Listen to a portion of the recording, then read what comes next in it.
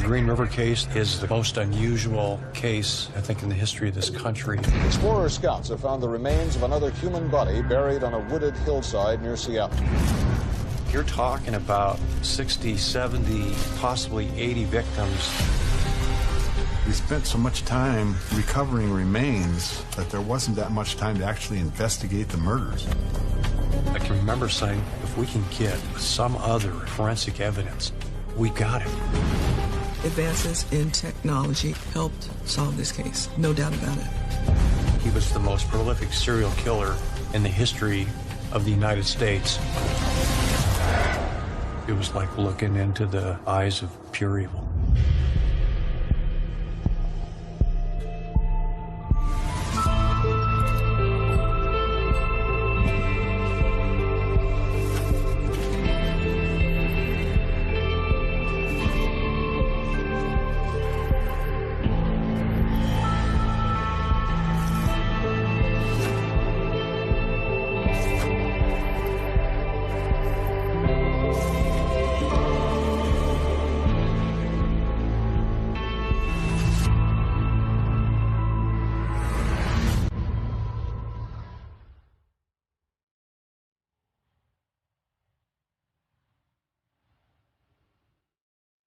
This is the most unusual case, I think, in the history of this country. Having been a police officer for 33 years, being the lead detective on that, that's the experience that I speak from. This case took 20 years. Not 1, not 5, not 10, not 15. It took 20.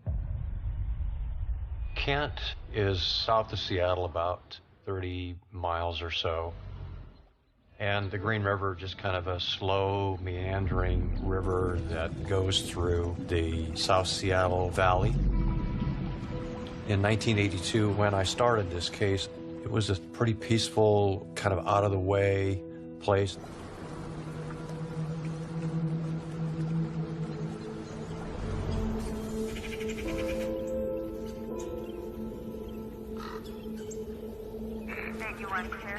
On August 15th, I got a phone call.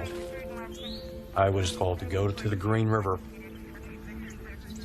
A rafter had seen what he first thought were mannequins pushed up along the riverbank. We began to interview the rafter and told us that he saw a white male who waves at him.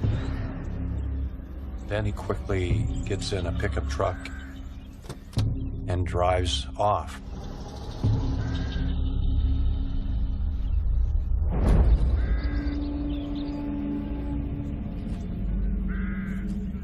Then he said, as he got closer,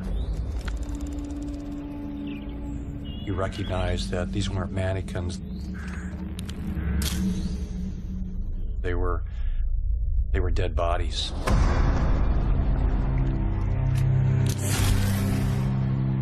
I remember this victim, one of her hands and arms were free. And as the water gently flowed down the river, her hand was waving in the current, sort of like, you know, here I am. Help. Next, I had to figure out, how did the suspect get the bodies to that point? Did he carry them? Were they still alive when he took them down to the riverbank? Were they already dead?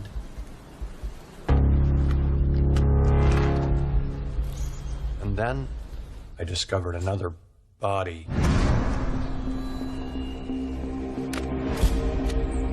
She was a young African-American female who was partially nude.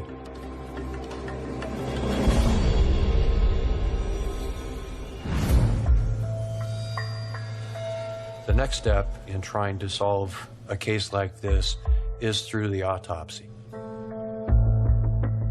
There were 2 victims that contained bodily fluids left behind by someone who had a sexual encounter with them. Those samples today would be immediately tested for DNA, but back in 1982, DNA was an unknown technology. The samples collected were frozen, and the best that we could hope for was a blood type. But the victims could be identified through fingerprints and dental records. The one on the bank was Opal Mills, and the two in the river, Cynthia Hines and Marcia Chapman.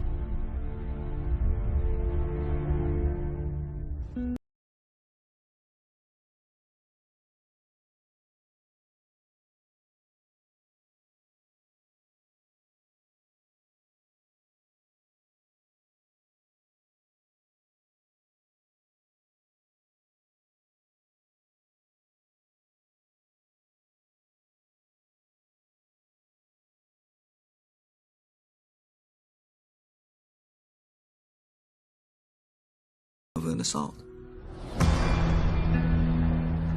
It was hard to know that someone I had tried to help ended up running across somebody that killed her. So I had a personal connection with that particular case.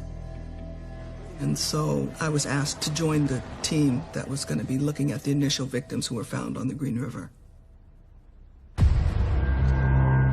When I started this case on that August 15th, I was already working the case in January of 1982.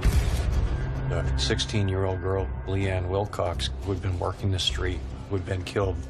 And in July of 1982, Wendy Caulfield was found in the Green River. And then on August 12th, Debbie Bonner had been discovered.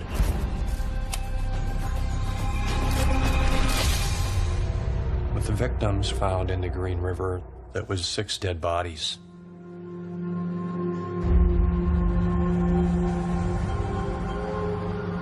As we look into who the victims are, it became clear that the connection was prostitution. Very often, we're talking about a 15-year-old little girl, a 16-year-old little girl coming from dysfunctional homes, domestic violence, and they end up on the street working on what we called the strip back then. There was a lot of prostitution activity, a lot of drug activity, and a lot of crime. On a Friday night, you can count hundreds of young women standing on the street corner. We also discovered the victims were all strangled. The reality that hit us was that all of these young girls could have been killed by the same person, and we need to have a task force. So we started out with about 20 or 25 detectives because we were very certain that we had a serial murder on our hands.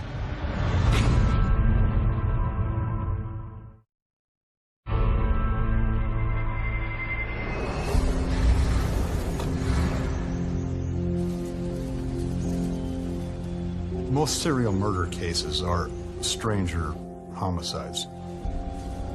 There is no connection that you can investigate in the victim's background that's going to bring you to the suspect. They come together for the first time, and that's usually the last time for the victim. That makes it difficult to solve a serial murder case. When you know you're working a serial killer, a lot of things start running through your mind. The thought was, anything is possible with this guy. We don't know if he's a resident here. We don't know if he's a transient. And it's always at the forefront of your mind that the next day you could find another victim.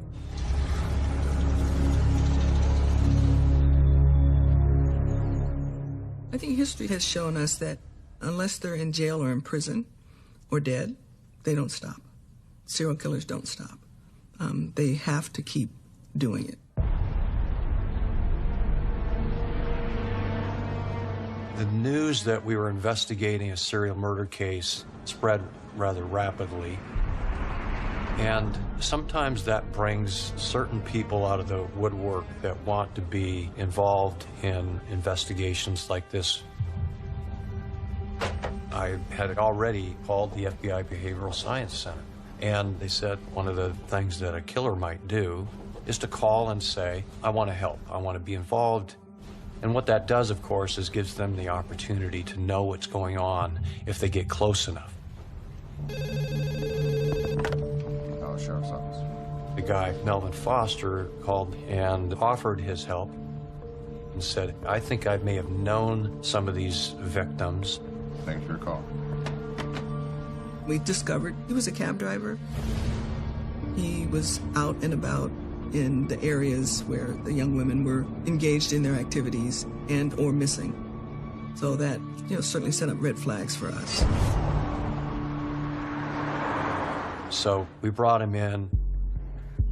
He was one of those characters that you couldn't ignore. We interviewed him.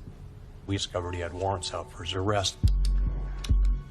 We asked him to take a polygraph test.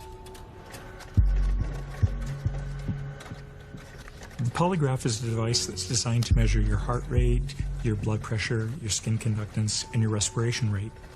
And it's based on the idea that by measuring those, it can capture when a person's lying. He said he knows some of the victims. Then he says he doesn't know some of the victims. Then he says he does know as his stories changed. Melvin Foster failed the polygraph test. So we put him under surveillance. We spent a lot of time on him. We got a search warrant for his house. And we found some photographs of naked women. But we found no physical evidence that connected him directly to any of the bodies that we found. And all we had was a failed polygraph. This was not enough to make any sort of case and arrest him.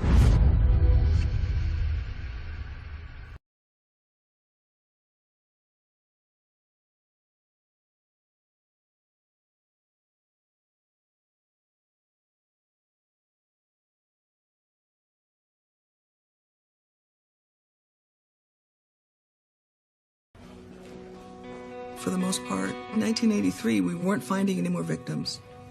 And I think at that point, it may have been just Reichert and I who were left to follow up on this case. We had victims' families who were angry. They were disappointed in us. They were critical of us. They felt that we didn't care. We're calling attention to the fact that these women are being killed, and anything is better than nothing. It hurt for people to feel that way. I mean, we were from sunup to sundown, weekends, driving around, following leads, following tips. We were committed to solving the case. While victims' families accused us of not caring. I think that with prostitutes on the street, the other part of the community didn't really care.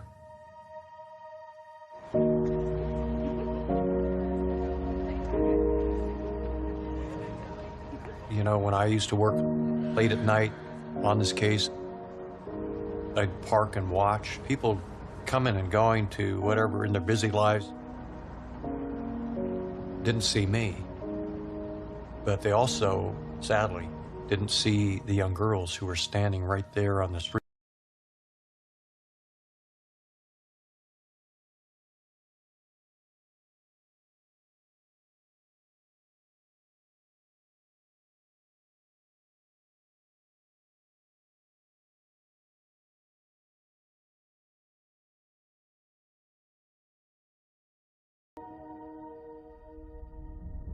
And then other bodies started to be found.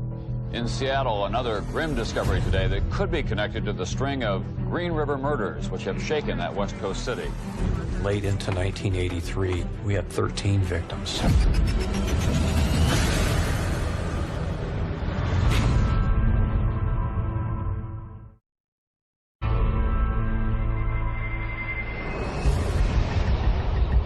This investigation ebbed and flowed. In '84, all of a sudden, it ramped up again. In Seattle this morning, police are hunting a mass murderer believed to have killed as many as 21 prostitutes in the last 22 months. David Burrington reports. Been called the Green River Killer ever since the first bodies, 5 of them, were pulled from this river. Since then, 7 more bodies have been discovered nearby, all those of young prostitutes, according to police. And the number of missing increases steadily. 2 were added to the list this week. Every month we were finding 2 or 3 more bodies. We spent so much time recovering remains that there wasn't that much time to actually investigate the murders.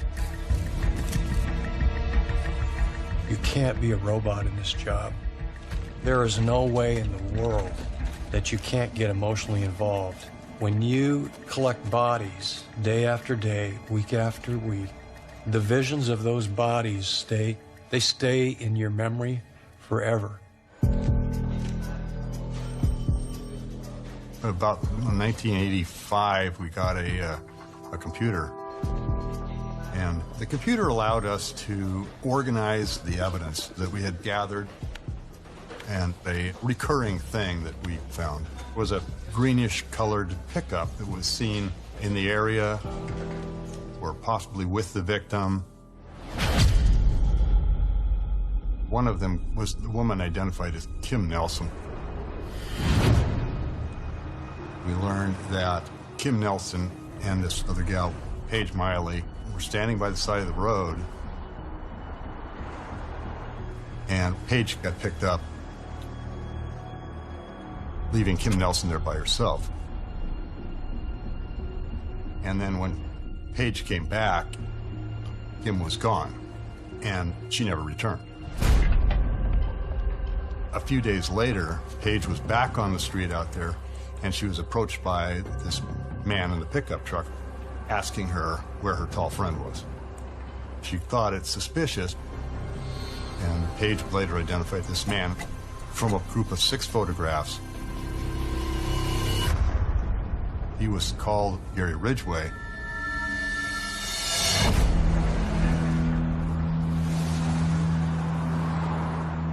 We discovered that Ridgway lived in the neighborhood just off this strip. He came across as this very meek, mild-mannered person who gave people the impression that he couldn't hurt a fly. But he had a prior arrest for patronizing a prostitute. He worked at Kenworth Trucking as a painter in Renton, which was maybe 40 minutes from his home.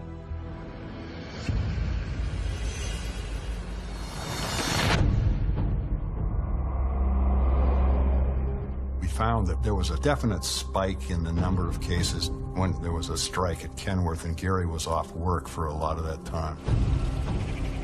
So he was available 24 hours a day, 7 days a week. As we looked at Ridgway, he just got more and more interesting, and we eventually got to a place where we had probable cause to search his home.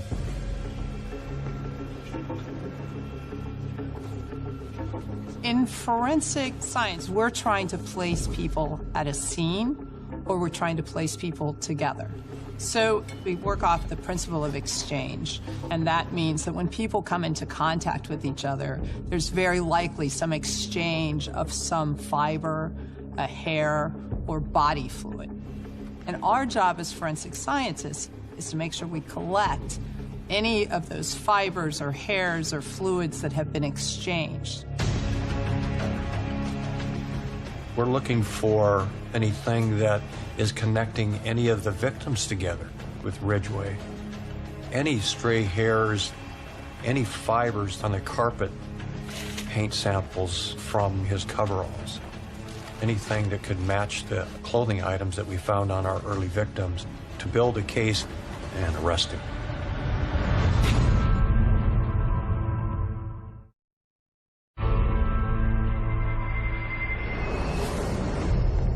In 87, 88, 89, we kept finding bodies.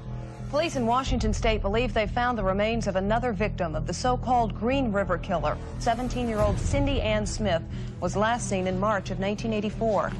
Police believe that Smith is the killer's 37th known victim, all of them women ranging from 16 to 36 years of age.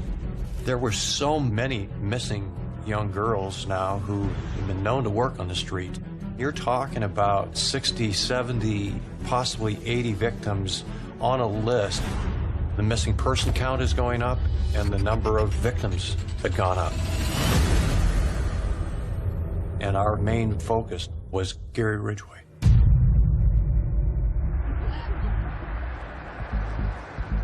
As we investigated him, he just got more and more interesting. On the way to work and on the way from work, he would stop and pick up a prostitute. He became a prime suspect. And so we said, okay, let's give Ridgway a polygraph test. Although the polygraph is very popular with law enforcement agencies, it is not foolproof at all. On the polygraph, if a person is very nervous, they will look like a liar. For people who are maybe comfortable lying, the polygraph will not detect any anxiety as measured by changes in heart rate, skin conductance, and blood pressure. And they will look calm and relaxed and truthful. Well, Ridgway passed the polygraph test. We're going, okay, one of the things that we did in '87 was ask him to chew on a gauze.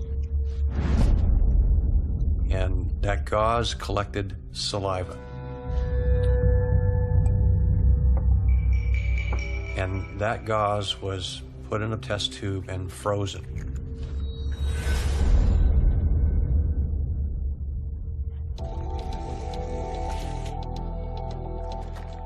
If we were to take a swab from someone today, we'd be able to determine without a doubt their DNA. But in the 80s, what you could learn from a saliva test was the person's blood type. That's all we could determine.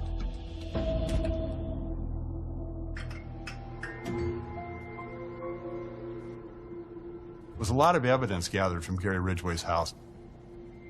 It took years for the crime lab to thoroughly analyze all of it.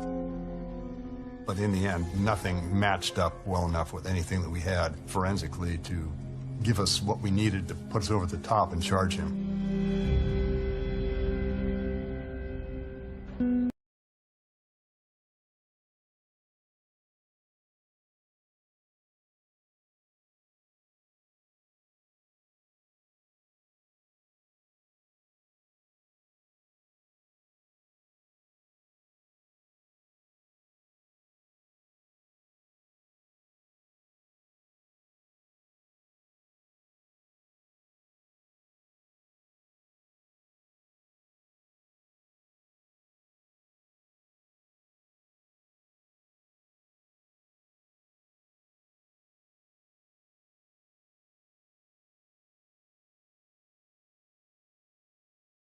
That was a tough, 1990 was a tough time.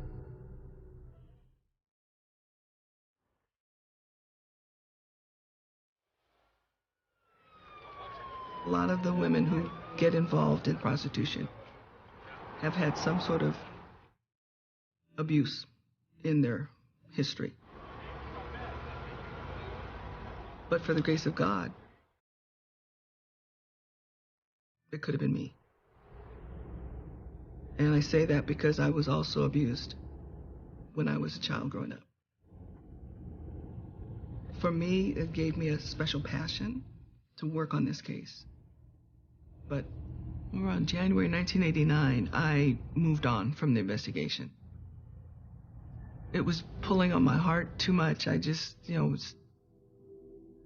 needed to go.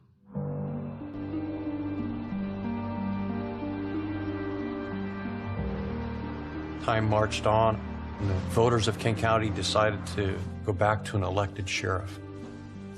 It was in March of '97, and I ran for election that year and won, and I'm sworn in as the sheriff. I was thinking all this time, after I left in 1990, maybe the case could be reopened.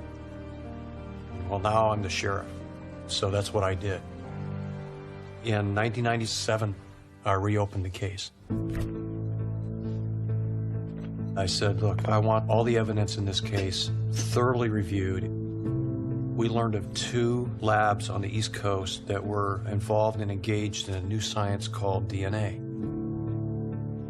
The job of a forensic scientist is to provide support to investigators that are trying to solve these very difficult crimes. And that's why the evolution of DNA has been so amazing. We knew we had the saliva samples, and we knew we had the spermatozoa samples, and we sent them to one of the labs.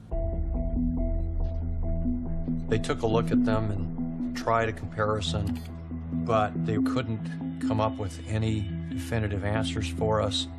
They said, look, the science is progressing. Wait a little longer, because your samples are so fragile and so minute that we could destroy them if we did anything further.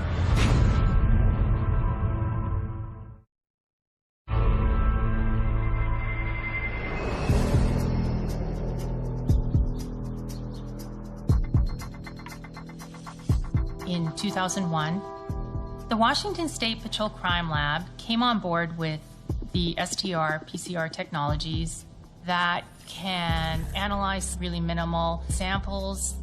It was really a breakthrough in forensic DNA analysis. Before we started using PCR, we had to have a stain that was relatively large. PCR allows us to take small amounts of DNA and copy regions of it over and over and over again until we have more copies of that particular area of the DNA that we're interested in.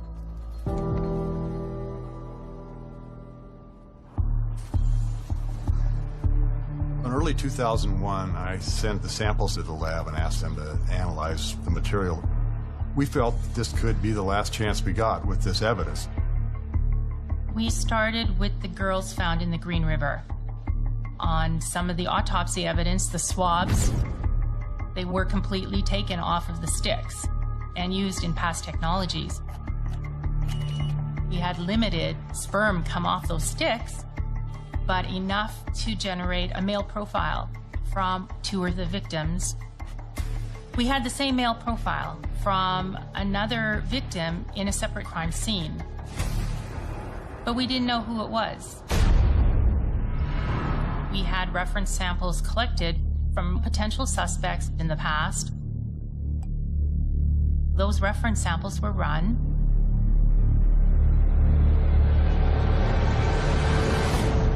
One of them matched that of the evidence from the Green River victims.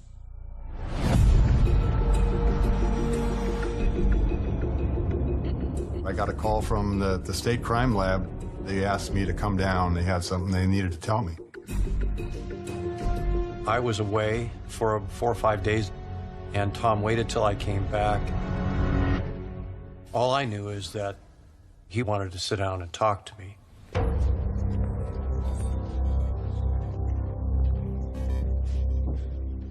So he had 3 sheets of paper, and he flipped over the first sheet, and Tom had drawn the charts out so they were easy to understand. And I explained to him that this is the DNA profile that was found with Opal Mills. And then he flipped over a second piece of paper. This is the DNA profile that was lifted from Marcia Chapman. And then I said, and then this is the DNA profile of the Green River Killer. And he said, look, you'll notice that the DNA chart is the same. I said, Tom, are you trying to tell me that we know who this guy is? And he goes, yeah. And he pulls out an envelope.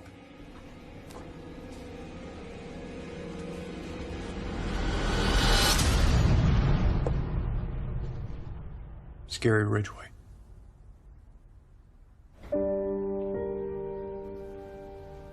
Yeah, a pretty emotional moment, as you might guess, for all of us. I remember that. Man, what a sense of relief, almost to tears, you know. It's like, finally, we know who it is, finally. So we called the team together and we started to decide, okay, now, you know, what's our next move?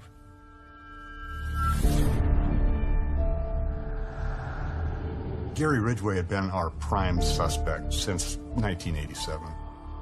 We just didn't have the evidence. So we put him under surveillance. And as we do that, we learn that, yes, he's still contacting young women, prostitutes on the street. And at the same time, we're working with the prosecutor's office in building that case to arrest him.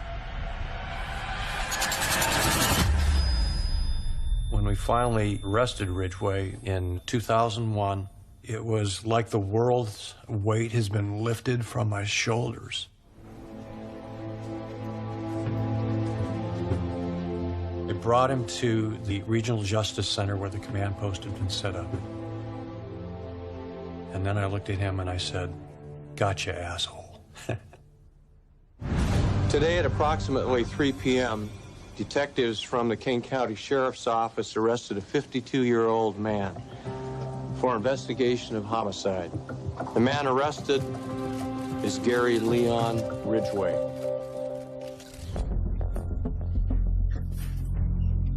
Once he's taken to jail and he's got attorneys, they can start to build their defense. Mr. Ridgway, his plea is not guilty to all charges. And their defense was, we recognize, after talking to our client, that he frequented prostitutes. And if his DNA happened to be in the bodies of 3 of the victims, that doesn't mean that he killed those victims. It means he was a customer sometime before their death. And there's always a chance that a defense like that presented could stand up in court, if that's all the evidence we have. I can remember saying, look, if we can get 3 or 4 more victims with some other forensic evidence tied to Gary Ridgway, we've got him.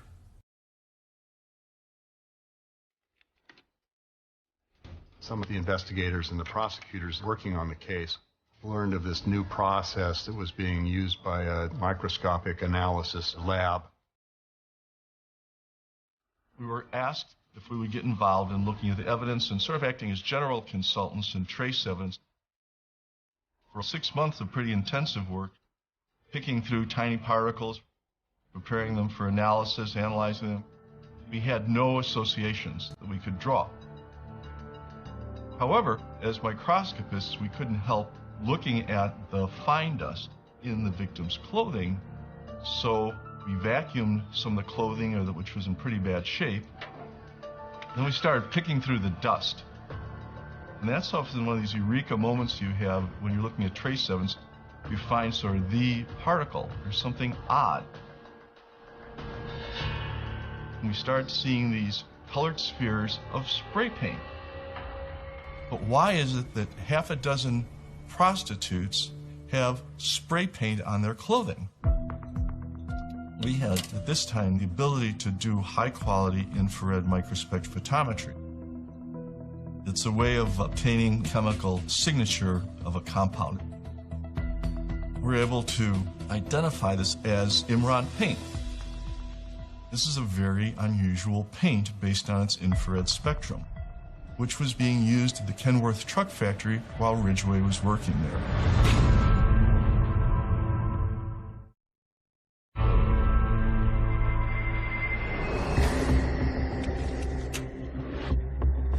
In the Green River murders, one of the reasons we were brought in is because Ridgway said, I frequented prostitutes. Of course my DNA is in a lot of prostitutes. But now we have something completely independent of that. Spray paint. By finding the spray paint on the clothing of the victims, what I believe the best interpretation is that they were in contact with Ridgway himself or his environment shortly before they died.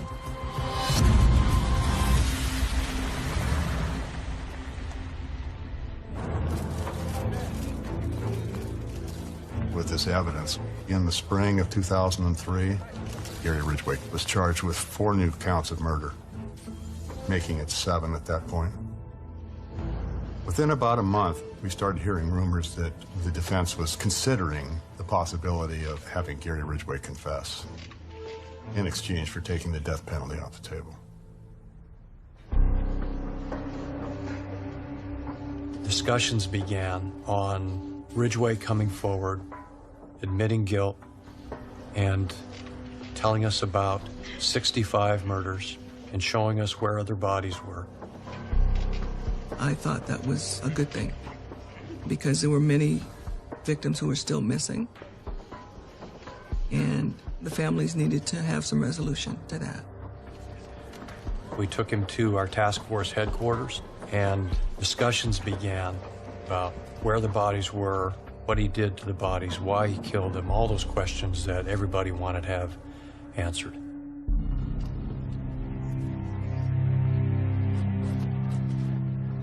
We used to take what we called road trips with Ridgway, showing us where other bodies were. And we were focusing on the Mary West case. In the 80s, Mary West was found in Seward Park in Seattle, just off of Rainier Avenue. Take a right on Henderson. He directed the driver exactly down the right roads. At this light, take a right. There was no wrong turns anywhere. The park is straight ahead. We get into the park. He goes right to a spot that I was at years earlier.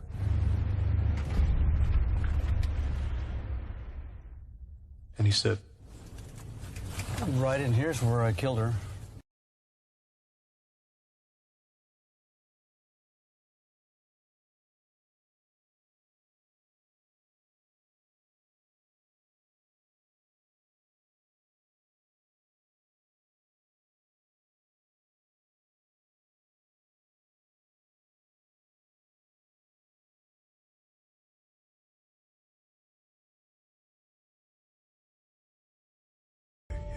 It's a feeling you can't describe. So we're trying to take you back to that first one and figure out. Every day, for hours on end, he was interviewed by a team of 4 detectives. Why did you like killing people? Just hated women, and they're the vulnerable people to do it. I mean, it's just so hard to describe. Surreal. It felt good to kill a woman. Too good to take their life and to... It was like looking into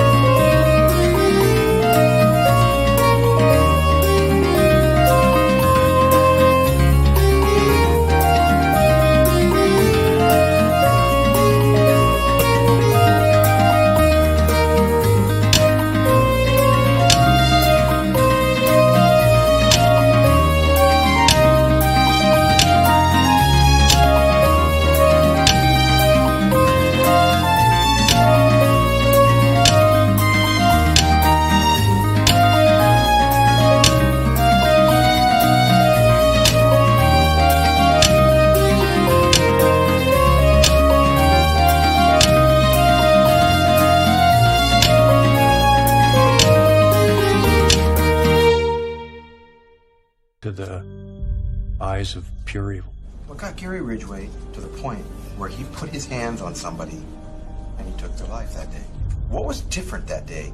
That was the day of creating a new me, a new killer. He had an empty feeling. No soul kind of a look to him.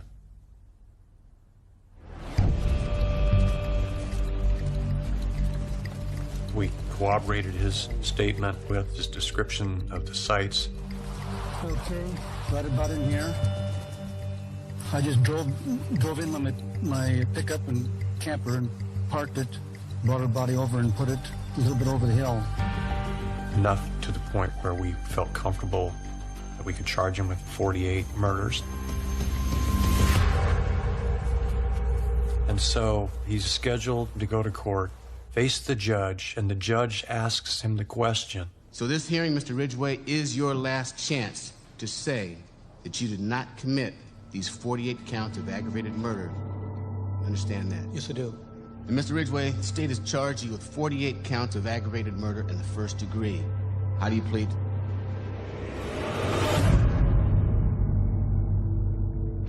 Guilty.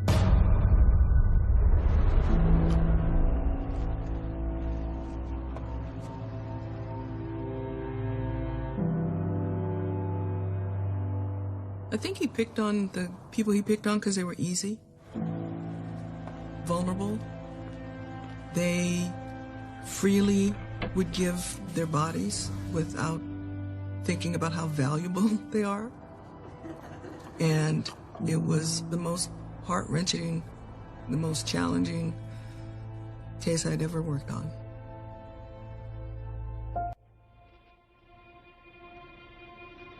I was sitting in the front row of a jam-packed courthouse.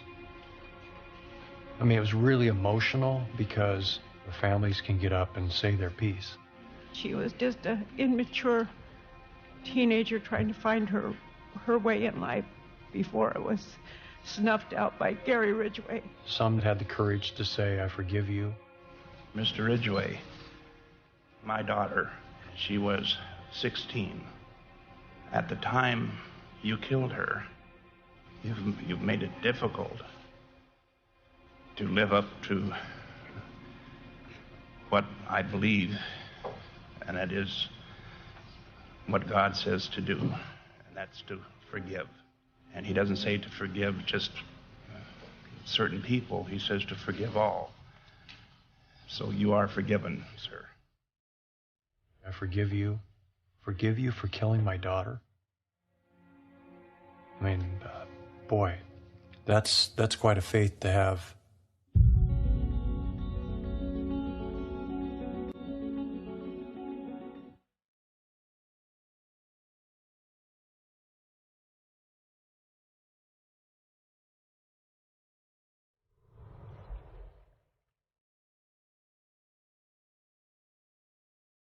I felt a sense of relief when he was sentenced, a sense of satisfaction that he was going to be held accountable for doing what he did.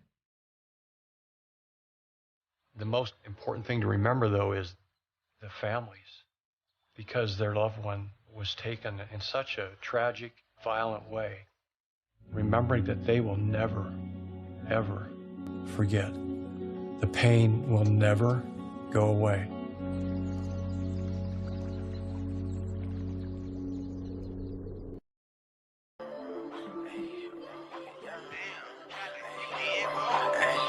Bring a nigga from the 9-1, switch that over, that's the young blonde. I was at the West Coast, now I'm in the East Coast. Saw you when